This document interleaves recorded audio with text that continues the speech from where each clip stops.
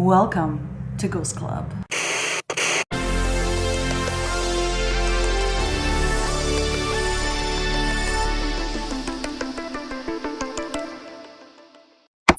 Now, as hard as it is for me to be serious pretty much ever, what we're going to talk about today, I feel like it does have to be brought to light, not only for paranormal investigators, but for the general public. For those of you who are new to this channel, my name is Jade. I'm a paranormal explorer, and basically I just go around the US exploring haunted locations. And needless to say, I have investigated some very sketchy locations, but this one takes the cake. I am talking about the Virginan Hotel. I'm gonna do story time in just a minute here, but I do just want to say real fast, the only reason why I'm posting this video is to spread safety awareness. Even if you think that you have done your research on a place, if you are getting murder vibes, get out. So the Virginan Hotel has been on paranormal TV shows and paranormal websites, basically promoting it to be haunted due to its history when it opened the doors back in 1911. Even though it's been featured on TV shows for being paranormal, I personally couldn't find anything online about this place really being paranormal, like other people's experiences or anything like that, but I decided to go check it out anyway. So last year, me and my bestie Sarah, we took a very long road trip from California to South Dakota to visit our stony presidents at Mount Rushmore. We drove back down the hill and checked into the Hotel Alex Johnson, which is also a famously haunted hotel that we had intentions of investigating, but then we got too drunk. We met a homeless man named Richard. It was his birthday, so we partied with him for a while. We bought him a couple of nights at the hotel, and in a drunken spur of the moment decision, I gave him my knife for protection. Sarah gave him her earring for style, and then we slept a total of 3 hours. Then in the morning, we drove 6 hours to our next location, the Virginan Hotel, located in Medicine Bow, Wyoming. I know, that was a lot to take in, but I have to set you guys up for what happened next. So we pull into this tiny little town of Medicine Bow, and yeah, it's a little bit run down, but whatever, been there, done that, not a big deal. We get out the car and we're instantly stared down by these three women, like standing off by their truck. The only other car in the parking lot, may I add. We proceed to walk into the hotel, and we're a little bit confused at this point because there's not a check-in desk or anything like that. So we walk into the restaurant and there's a couple of cooks there, and we ask them politely, like, hey, where's the check-in desk? One tough looking female cook comes out from behind the kitchen. She walks right past us. She goes over to this tiny little desk there in the corner, and she takes her apron off and she just stares at us. So right off the bat, I realize we're not welcomed here, but I am from the UK, I am overly polite, so when she's standing there, I'm like, hey, we have a reservation here, it's under Jade's, lovely place you have here. But she is not impressed. She throws the keys across the table and says, you're out back. Now, I do want to put out there that I was under the impression, only from the photos online, that we were staying at this historic hidden gem with these beautiful Victorian rooms, basically frozen in time from the 1900s. And that was not the case. We walk around the back of the hotel, and as we're walking, I do notice that there is this one car that had kind of been circling the parking lot and like the back of the hotel. And I noticed this car a couple of times, and I just kind of had this sense that I was like being watched. We approached this one building that is an old bank that had been turned into 2 rooms. So we opened that door, and then right outside of the door that we're supposed to stay in, there's like this little table outside, and I noticed there was like tobacco and matches on it.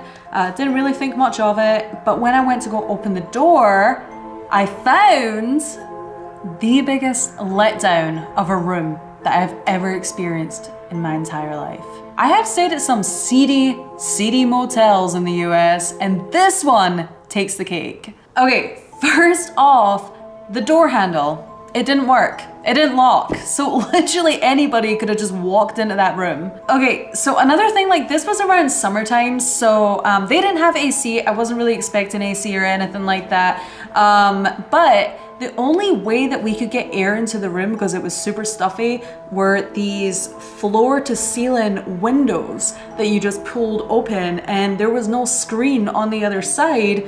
So that's literally just another way that somebody could just walk into your room. The mattresses were on pallets. They weren't even on a box spring or anything like that. They were literally sitting on wooden pallets. There were no top sheets. There was only like these old quilts that you had. Like it was a hot mess. The outlets,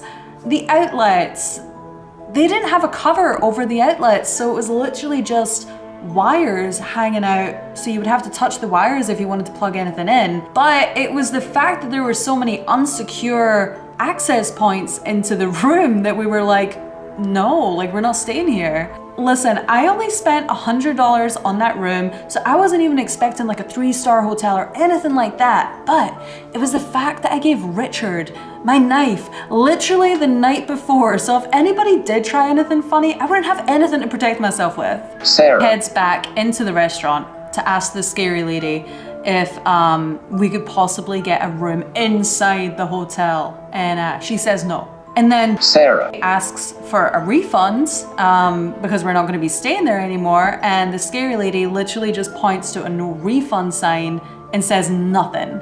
So I leave Sarah to deal with that whole thing, and I'm like, I'm gonna go grab my backpack from the room. So I go back round to the old bank, and as I turn the corner, there's a guy standing outside our room smoking a cigarette, literally looking through the window of the bedroom. I didn't know what to do, so I just pulled my camera out and started filming as I was walking towards him, and then he ran into the building. And when I start filming, I open the door and you can still see the tobacco and the matches outside my front door. And I can only assume that they belong to the Peepin' Tom.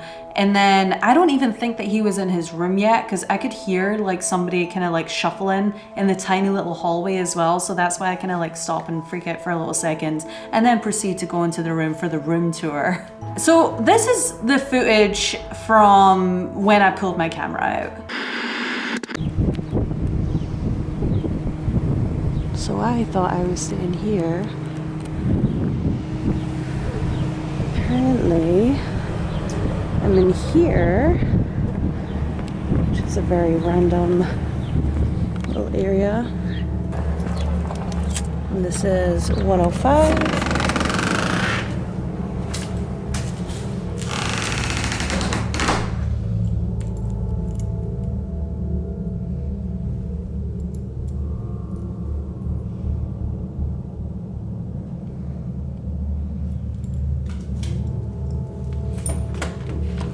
This is room E.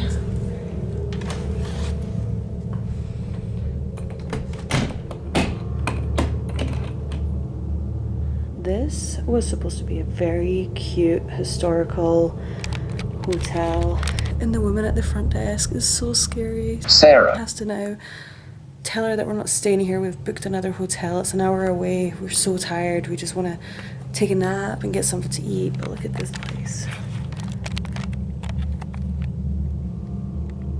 Like, what the heck is that?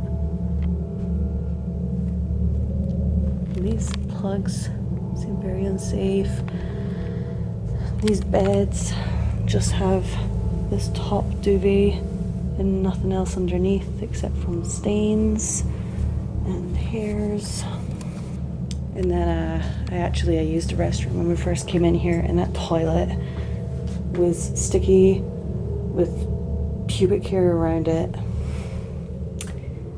And this is just not the vibe we're going for at all. And on top of that, you know, sketchy vibes. It's so easy to get in here.